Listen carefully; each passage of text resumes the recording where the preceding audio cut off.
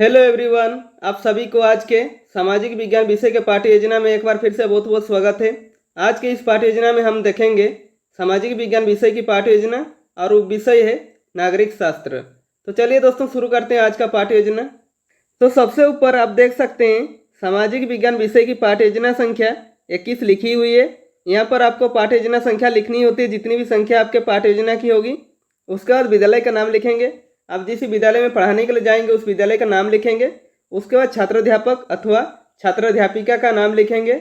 यदि पुरुष होंगे तो छात्राध्यापक का नाम लिखेंगे और महिला होंगे तो छात्राध्यापिका का नाम लिखेंगे। ठीक है।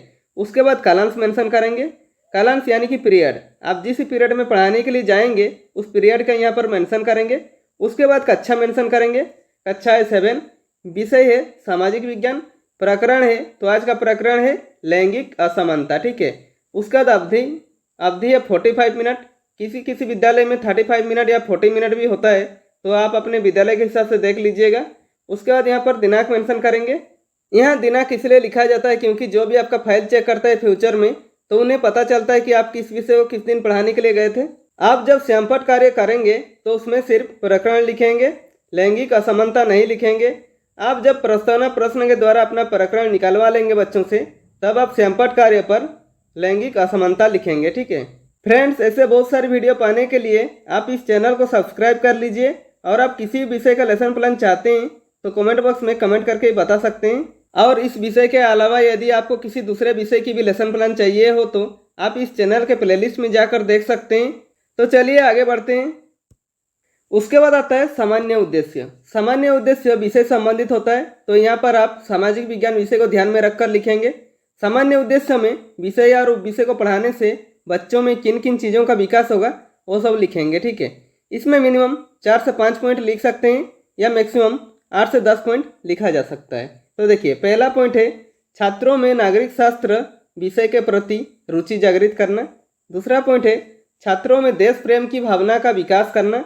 और तीसरा पॉइंट है छात्रों की मानसिक शक्तियों का विकास करना। और चौथा पॉइंट है छात्रों की तार्किक शक्तियों का विकास करना। ठीक है। उसके बाद आता है विशिष्ट उद्देश्य।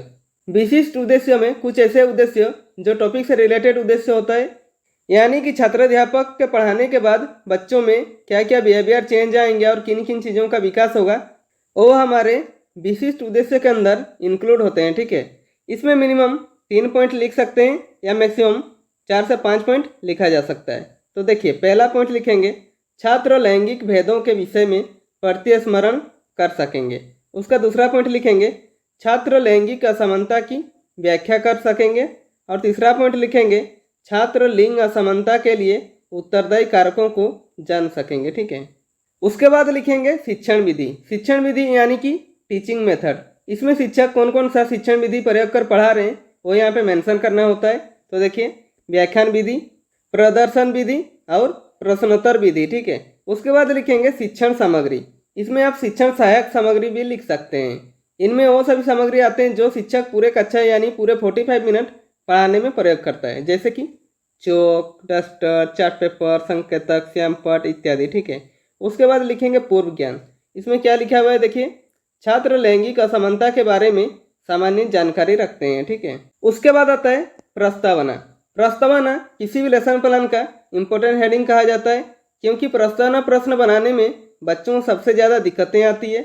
इसमें आपको कुछ बातों का ध्यान रखना होगा, जिसको यदि आप ध्यान रखते हैं तो आपका प्रस्तावना प्रश्न जो है आसानी से बन जाएगा। ठीक है। तो देखिए, इसका फॉर्मेट कैसे होता है। इसका फॉर्मेट 3 कॉलमों से बनता है। ठीक है। पहला कॉलम में लिखेंगे क्रम संख्या, दूसरा कॉलम में लिखेंगे छात्राध्यापक क्रियाकलाप या छात्राध्यापिका क्रियाकलाप, और तीसरा कॉलम में लिखेंगे छात्र छात्रा क्रियाकलाप। ठीक है। इसमें मिनिमम आप 3 प्रश्न पूछकर प्रकरण निकाल सकते हैं या मैक्सिमम 5 से 6 प्रश्न पूछकर प्रकरण निकाल सकते हैं। ठीक है। इसमें प्रश्न और उत्तर एक दूसरे से संबंधित होते हैं। इसमें छात्राध्यापक के प्रश्न करने पर जो छात्र छात्रा उत्तर देंगे उसी उत्तर से छात्राध्यापक पुनः प्रश्न करेंगे। ठीक है। तो देखिए, आपको और अच्छे समझ में आएगा। क्रम संख्या में 1 लिखेंगे। उसके बाद देखिए, छात्राध्यापक प्रश्न करते हैं हमारा देश का क्या नाम है, तो छात्र छात्र क्या उत्तर देते हैं, उत्तर देते हैं भारत। ठीक है। यहाँ पर देखिए, छात्र छात्र क्या उत्तर दिए, भारत। इस भारत शब्द से छात्राध्यापक पुनः प्रश्न करेंगे। ठीक है। तो देखिए, क्रम संख्या में 2 लिखेंगे। उसका दूसरा प्रश्न करेंगे भारत की सामाजिक व्यवस्था किस पर आधारित थी। तो छात्र छात्र क्या उत्तर देते हैं, देखिए उत्तर देते हैं परंपराएं एवं रीति रिवाज। ठीक है, उसका छात्र अध्यापक तीसरा प्रश्न करते हैं, परंपराएं एवं रीति रिवाजों के अनुसार सबसे अधिक महत्व किसे दिया जाता था। तो छात्र छात्र क्या उत्तर देते हैं, उत्तर देते हैं पुरुष वर्ग। ठीक है, उसका चौथा प्रश्न छात्र अध्यापक करते हैं, पुरुषों और महिलाओं के बीच के भेदभाव क्या कहलाता है। तो छात्र छात्र क्या उत्तर देते हैं, देखिए उत्तर देते हैं लैंगिक असमानता। ठीक है, उसका छात्र अध्यापक पांचवा प्रश्न करते हैं, लैंगिक असमानता से आप क्या समझते हैं। तो छात्र छात्र कोई उत्तर दे नहीं पाएंगे, इसका उत्तर छात्र नहीं दे पाएंगे तो कक्षा शिक्षक यानी आपका कर्तव्य है कि आप उस चीज़ को अच्छे समझाएं बच्चों को। उसका तुरंत ही आप पाठ की घोषणा करेंगे और कहेंगे, बच्चों आज हम लोग लैंगिक असमानता के बारे में विस्तार पूर्वक अध्ययन करेंगे। ठीक है, उसके बाद आता है प्रस्तुतिकरण। प्रस्तुतिकरण पाठ को हमें सबसे अच्छा बनाना होता है कि जितना भी कंटेंट होता है टॉपिक का वो सब प्रस्तुतिकरण पाठ में रखते हैं। तो प्रस्तुतिकरण का फॉर्मेट कैसे होता है देखते हैं। प्रस्तुतिकरण का फॉर्मेट 4 कॉलमों से बनता है। ठीक है, पहला कॉलम में लिखेंगे शिक्षण बिंदु यानी कि टीचिंग पॉइंट, इसमें कौन कौन से पॉइंट कवर करेंगे वो सब लिखेंगे। उसका दूसरा कॉलम में लिखेंगे छात्र अध्यापक क्रियाकलाप या छात्र अध्यापिका क्रियाकलाप भी लिख सकते हैं। ठीक है, यदि पुरुष होंगे तो छात्र अध्यापक क्रियाकलाप लिखेंगे और महिला होंगे तो छात्र अध्यापिका क्रियाकलाप लिखेंगे। ठीक है, और तीसरा कॉलम में लिखेंगे छात्र छात्रा क्रियाकलाप और चौथा कॉलम में लिखेंगे श्यामपट कार्य। तो सबसे पहले शिक्षण बिंदु पर लिखेंगे लैंगिक असमानता और इसके बारे में छात्र अध्यापक जो बताएंगे वो छात्र अध्यापक क्रियाकलाप पर लिखेंगे। ठीक है, तो देखिए क्या बताते हैं, लैंगिक असमानता से तात्पर्य लैंगिक आधार पर महिलाओं के साथ भेदभाव से है। परंपरागत रूप से समाज में महिलाओं को कमजोर वर्ग के रूप में देखा जाता रहा है। वे घर और समाज दोनों जगहों पर शोषण, अपमान और भेदभाव से पीड़ित होती है। महिलाओं के खिलाफ भेदभाव दुनिया में हर जगह प्रचलित है, अतः बालक बालिकाओं अर्थात महिला और पुरुषों के बीच भेदभाव ही लैंगिक असमानता कहलाता है। प्राय महिलाओं की अपेक्षा पुरुषों को अधिक महत्व दिया जाता है। भारतीय समाज में महिलाओं की स्थिति प्राचीन या वैदिक काल में सुदृढ़ थी, लेकिन परवर्ती काल में महिलाओं की स्थिति लगातार कमजोर होती गई। प्राचीन काल के पश्चात मध्यकाल में महिलाओं की स्थिति लगातार खराब बनी रही। आधुनिक काल के कुछ बुद्धिजीवियों द्वारा भारत के स्वतंत्रता संघर्ष के दौरान लैंगिक समानता हेतु प्रयास किए गए। ठीक है, और छात्र छात्रा क्रियाकलाप पर लिखेंगे छात्र छात्रा ध्यानपूर्वक सुनेंगे तथा अपनी उत्तर पुस्तिका में लिखेंगे। और श्यामपट कार्य पर छात्र अध्यापक जो पढ़ा रहे हैं उसे शॉर्ट में लिख दीजिएगा ताकि जो बच्चे ध्यान से सुन नहीं रहे हैं उन्हें भी अच्छे से समझ में आ जाए। तो हेडिंग देंगे लैंगिक असमानता। इसमें पहला पॉइंट में लिखेंगे बालक बालिकाओं अर्थात महिला और पुरुषों के बीच भेदभाव ही लैंगिक असमानता कहलाता है। ठीक है, उसका दूसरा पॉइंट में लिखेंगे भारतीय समाज में महिलाओं की स्थिति प्राचीन या वैदिक काल में सुदृढ़ थी। ठीक, उसका तीसरा पॉइंट में लिखेंगे मध्यकाल में महिलाओं की स्थिति खराब हो गई। और चौथा पॉइंट में लिखेंगे आधुनिक काल के कुछ बुद्धिजीवियों द्वारा लैंगिक समानता हेतु प्रयास किए। ठीक है, उसके बाद आता है बोधात्मक प्रश्न। इसमें छात्र अध्यापक बच्चों जो पढ़ा रहे हैं बच्चों को समझ में आ रहा है कि नहीं ये जानने के लिए बीच बीच में 1 या 2 प्रश्न करते हैं। तो देखिए प्रश्न करते हैं लैंगिक असमानता क्या है। तो छात्र छात्र क्या उत्तर देते हैं, देखिए उत्तर देते हैं लैंगिक आधार पर महिलाओं के साथ भेदभाव से है। ठीक है, उसके बाद शिक्षण बिंदु पर लिखेंगे लैंगिक असमानता के विभिन्न क्षेत्र और इसके बारे में छात्र अध्यापक जो बताएंगे वो छात्र अध्यापक क्रियाकलाप पर लिखेंगे। तो देखिए क्या बताते हैं, लैंगिक असमानता के विभिन्न क्षेत्र। पहला सामाजिक क्षेत्र में, इसके बारे में क्या लिखा हुआ है देखिए। इसके बारे में छात्र अध्यापक क्या बताते हैं, देखिए भारतीय समाज में प्राय महिलाओं को घरेलू कार्य के ही अनुकूल माना गया है। घर में लिए जाने वाले निर्णयों में भी महिलाओं की कोई भूमिका नहीं रहती है। ठीक है, उसका दूसरा पॉइंट है आर्थिक क्षेत्र में और इसके बारे में क्या बताते हैं, देखिए आर्थिक क्षेत्र में कार्यरत महिला और पुरुष के पारिश्रमिक में अंतर है। औद्योगिक क्षेत्र में प्राय महिलाओं को पुरुषों के सापेक्ष कम वेतन दिया जाता है। इतना ही नहीं, रोजगार के अवसरों में भी पुरुषों को ही प्राथमिकता दी जाती है। ठीक है, उसका तीसरा पॉइंट लिखेंगे राजनीतिक क्षेत्र में और इसके बारे में क्या बताते हैं, देखिए सभी राजनीतिक दल लोकतांत्रिक होते हुए समान का दावा करते हैं, परंतु वे न तो चुनाव में महिलाओं को प्रत्याशी के रूप में टिकट देते हैं और न ही दल के प्रमुख पदों पर उनकी नियुक्ति करते हैं। उसका चौथा पॉइंट में लिखेंगे मनोरंजन क्षेत्र में और इसके बारे में क्या बताते हैं, देखिए मनोरंजन के क्षेत्र में अभिनेत्रियों को भी इस भेदभाव का शिकार होना पड़ता है। ठीक है, और उसका पांचवा पॉइंट में लिखेंगे खेल क्षेत्र में और इसके बारे में क्या बताते हैं देखिए, खेलों में मिलने वाली पुरस्कार राशि पुरुष खिलाड़ियों की बजाय महिला खिलाड़ियों को कम मिलती है। कुश्ती हो या क्रिकेट, हर खेल में भेदभाव हो रहा है। और छात्र छात्रा क्रियाकलाप पर लिखेंगे, छात्र छात्रा ध्यानपूर्वक सुनेंगे तथा अपनी उत्तर पुस्तिका में लिखेंगे। और श्यामपट कार्य पर छात्र अध्यापक जो पढ़ा रहे हैं उसे शॉर्ट में लिख दीजिएगा ताकि बच्चों को भी अच्छे समझ में आ जाए। तो लिखेंगे लैंगिक असमानता के विभिन्न क्षेत्र।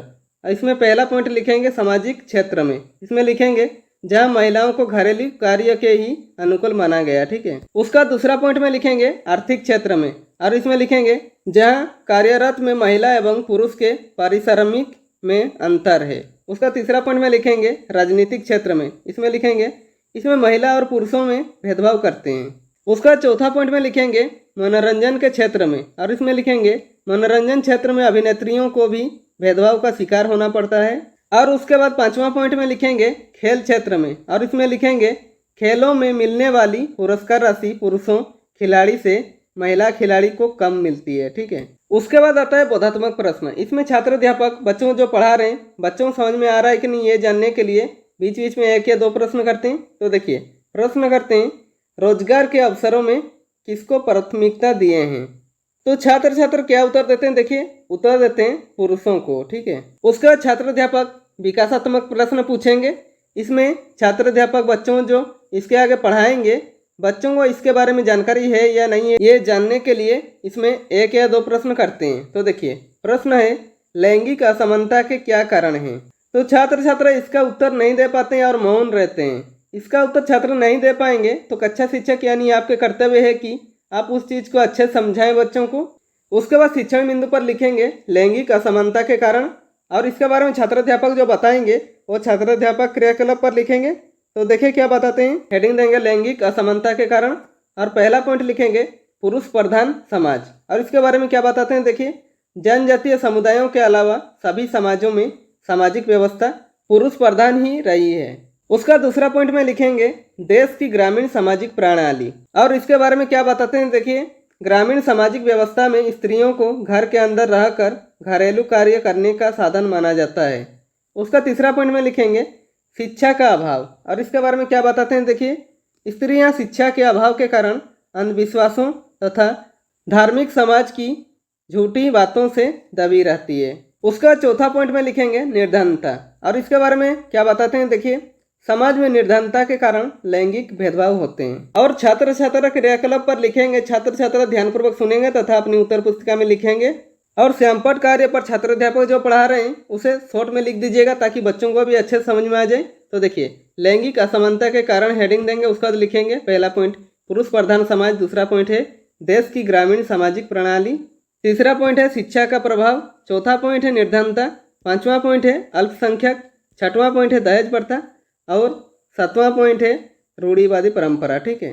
ये सभी जो है लैंगिक असमानता के मुख्य कारण हैं। उसके बाद आता है बोधात्मक प्रश्न। इसमें छात्र अध्यापक बच्चों जो पढ़ा रहे हैं बच्चों समझ में आ रहा है कि नहीं ये जानने के लिए बीच बीच में एक या दो प्रश्न करते हैं। तो देखिए प्रश्न करते हैं लैंगिक भेदभाव के क्या कारण हैं? तो छात्र छात्र क्या उत्तर देते हैं देखिए, उत्तर देते हैं अशिक्षा, रूढ़िवादी परंपराएं, निर्धनता, ठीक है। यहाँ पर हमारा प्रस्तुतिकरण समाप्त होता है। उसके बाद आता है मूल्यांकन। मूल्यांकन शिक्षक केंद्रित होता है, यानी कि शिक्षक अपना तथा छात्रों का भी साथ में मूल्यांकन करते हैं कि जो उन्होंने 45 मिनट का क्लास लिया बच्चों को कितनी अच्छी तरह से समझ में आया ये जानने के लिए इसमें मिनिमम एक या दो प्रश्न करते हैं या मैक्सिमम 3 से 4 प्रश्न कर सकते हैं। तो देखिए पहला प्रश्न करते हैं लैंगिक असमानता क्या है, उसका दूसरा प्रश्न करते हैं लैंगिक भेदभाव किसके बीच होता है, और तीसरा प्रश्न करते हैं सामाजिक क्षेत्र में भेदभाव किस तरह होता है। उसके बाद आता है गृह कार्य। गृह कार्य पे ऐसे प्रश्न बनाइए कि बच्चों को घर पे जाकर अभ्यास करने का मौका मिले और हमें भी पता चल सके कि बच्चे क्या पढ़ रहे हैं, क्या सीख रहे हैं और अभ्यास के बाद उन्हें क्या डाउट आ रहा है।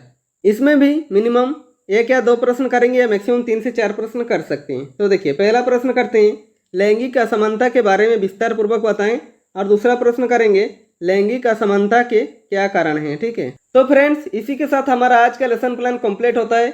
यदि वीडियो पसंद आए तो लाइक कर दीजिएगा, और यदि आप चैनल में नए हैं तो चैनल को सब्सक्राइब कर दीजिए और बेल आइकन को दबा दीजिए ताकि मेरे सारे वीडियो आप तक पहुंचती रहेगी। और हो सके कैसी लगी वीडियो कमेंट बॉक्स में कमेंट करके बता सकते हैं।